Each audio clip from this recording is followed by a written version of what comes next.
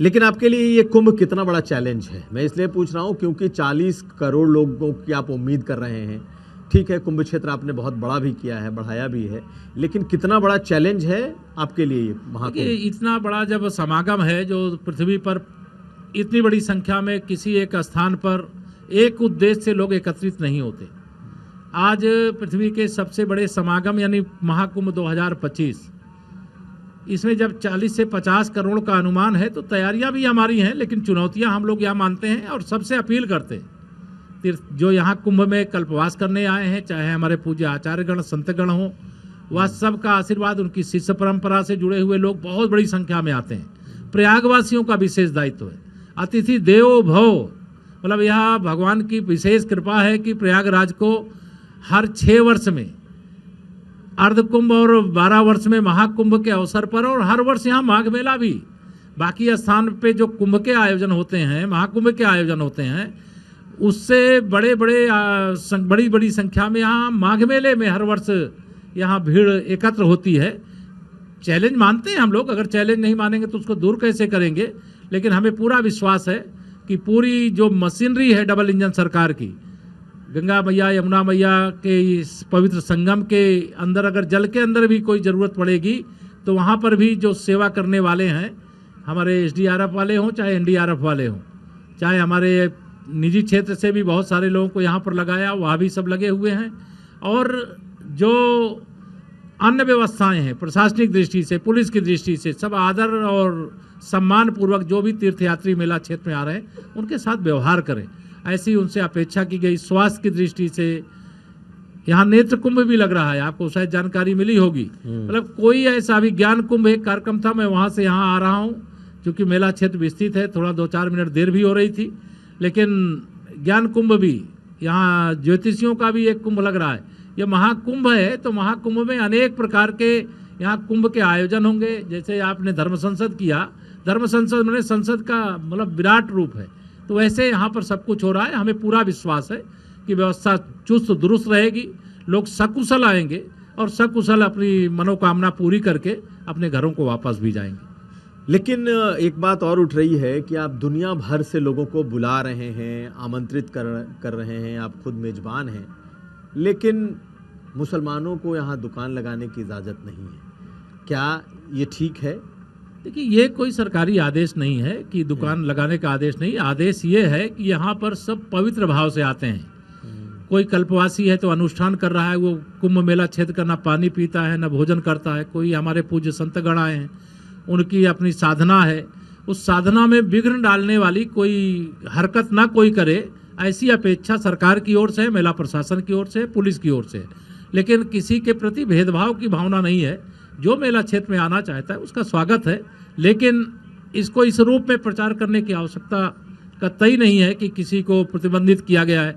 लेकिन अगर कोई आकर के यहाँ एक पवित्र माहौल को अपवित्र करने का काम करेगा, कोई गंदगी फैलाने का काम करेगा, ऐसा भोज्य पदार्थ बना करके खिलाने का काम करेगा जो नहीं करना चाहिए, तो उस पर तो सख्त नज़र रहेगी। तो इसका मतलब तो है कि कहीं ना कहीं आधिकारिक तौर पर न हो, लेकिन अनकहे तौर पर तो एक प्रतिबंध जैसा है कि भाई आप दूर ही रहें।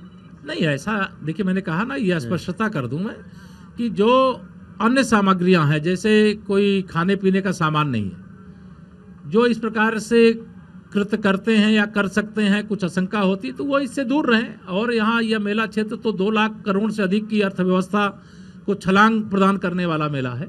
कुंभ महाकुंभ का मेला कोई साधारण मेला नहीं, और उसमें रोजगार की दृष्टि से, व्यापार की दृष्टि से भी अनेक अवसर हैं। लेकिन खान पान की सामग्रियों का जो निर्माण करने वाले हैं, जो विक्रय करने वाले हैं, उनको इस पर सावधानी स्वयं बरतनी चाहिए। तो कोई प्रतिबंध नहीं है, कोई दुकान लगा सकता है यहाँ? हाँ, प्रतिबंध का कोई ऐसा आदेश नहीं जारी हुआ है, लेकिन मैंने भावना बता दिया कि यहाँ मेला क्षेत्र में रहने वालों की भावनाएं क्या हैं, उनकी भावनाओं का ध्यान रखना चाहिए, उनका सम्मान करना चाहिए और उसी के अनुरूप अपना कोई कारोबार करना चाहिए।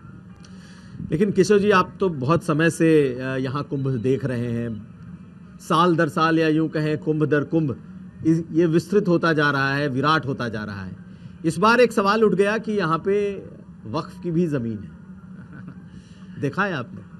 अब मैं ये कहूँ, अगर ये संगम के पावन तट से बैठ करके कि जब इस्लाम पैदा नहीं हुआ था तब से कुंभ हो रहा है। इस्लाम की उम्र तो 1400 साल की है ना, कुंभ तो युगों युगों का है। और अगर उस पर कोई वक्फ की बात करता है यहाँ पर, तो यह बहुत घटिया तरीके से प्रचार पाने का एक नाजायज़ तरीका है और ऐसे लोगों की पूरे देश को निंदा करनी चाहिए, विरोध करना चाहिए। और यह प्रयागराज का कुंभ जो है, यहाँ का सब पूरा स्वामित्व जो है वो तीर्थराज प्रयाग का है, यहाँ वेणुमाधव भगवान का है, यहाँ गंगा मैया, यमुना मैया, सरस्वती मैया का है। इस प्रकार की बयानबाजी कोई न करे, इसको कतई स्वीकार नहीं किया जा सकता। इस प्रकार का बयान का कोई महत्व नहीं है, कोई स्थान नहीं। तो चूंकि ये वक्फ की बात निकली तो हम थोड़ा संभल की तरफ भी आपका ध्यान खींचना चाहेंगे।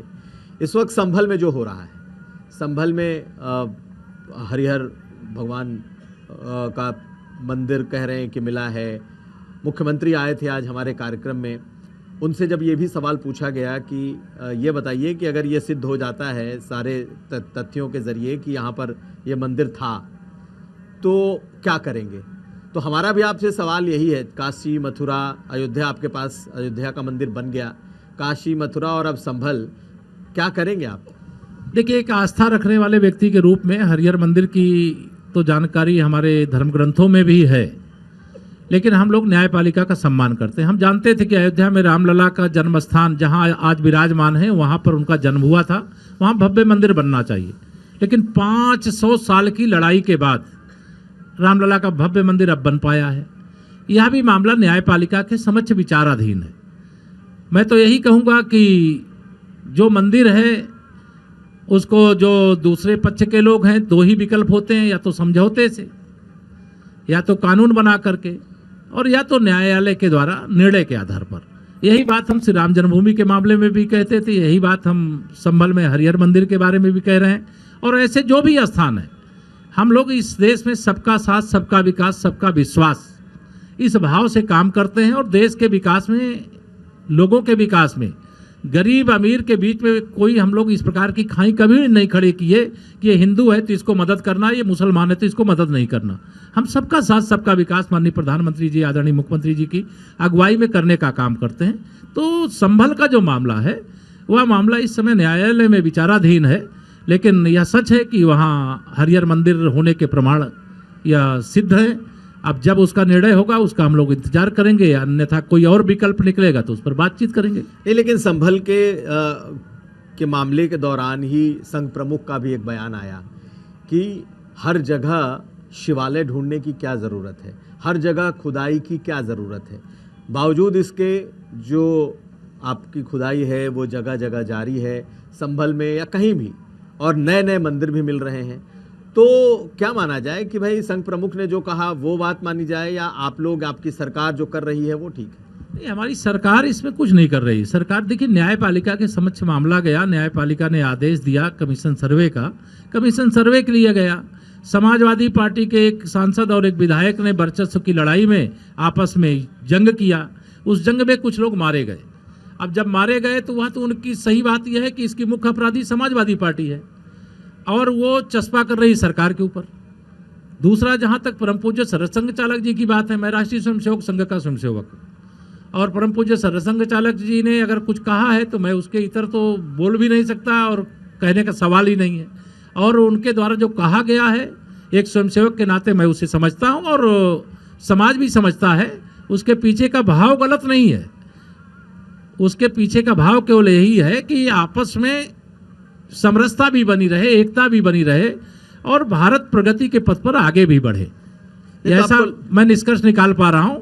और जो इस प्रकार के मामले माननीय न्यायालय के समक्ष विचाराधीन है तो माननीय न्यायालय के निर्णय का इंतजार करेंगे। नहीं, तो आपको लगता है कि जिस तरीके से शहर शहर अब नए नए मंदिर ढूंढे जा रहे हैं, शहर शहर उसकी खुदाई हो रही है, निकल रहे हैं, ये सब चीज़ें चलनी चाहिए या कहीं आखिर जा करके कहीं ये रुकेगा भी? देखिए कुमार अभिषेक जी, मैं आपको ये बता दूं कि ये जो शहर शहर कुछ सरकार की न तो योजना से निकाले जा रहे हैं, लेकिन अगर किसी समय ऐसी परिस्थिति थी कि इस प्रदेश में या देश में ऐसी सरकार थी जो दंगों को रोक नहीं पाती थी, बहुत बड़ी संख्या में हिंदुओं को बहुत सारे मोहल्लों से पलायित करके जाना पड़ा, और जो वहाँ मंदिर बने थे उसको एक कबाड़ खाने के रूप में बंद कर दिया गया। अगर कोई ऐसा मिला है तो उसको इस रूप में नहीं देखा जाना चाहिए। यह सही है कि आज लोगों का आत्मविश्वास बढ़ा है कि अगर कहीं कोई मंदिर था, कोई मस्जिद को कोई मंदिर नहीं बना रहा है, लेकिन अगर कहीं कोई मंदिर था, अगर वो प्राप्त हो रहा है तो उसको प्राप्त होने पे विवाद खड़ा करने की जगह संवाद की आवश्यकता है। संवाद करके जो जिसका स्थान है, अगर मंदिर था और किसी डर भय के कारण से बंद कर दिया गया था, वहाँ से लोग पलायन कर गए थे, अगर कोई वहाँ पूजा अर्चना करने जाना चाहता तो सरकार के नाते हमारी जिम्मेदारी है कि हम सरकार के नाते जो जिम्मेदारी उसको निभावें और निभा करके जहाँ पर इस प्रकार के कोई मंदिर हैं, कोई धर्मशालाएं हैं, कोई धार्मिक स्थल हैं, कहीं कोई हिंदू मोहल्ला ऐसा हो जहाँ कोई मस्जिद भी इस प्रकार से कोई घेर करके बैठा, तो वह भी बताएं, वह भी अपना ले जाएं। तो सरकार का काम कानून व्यवस्था बनाए रखना है।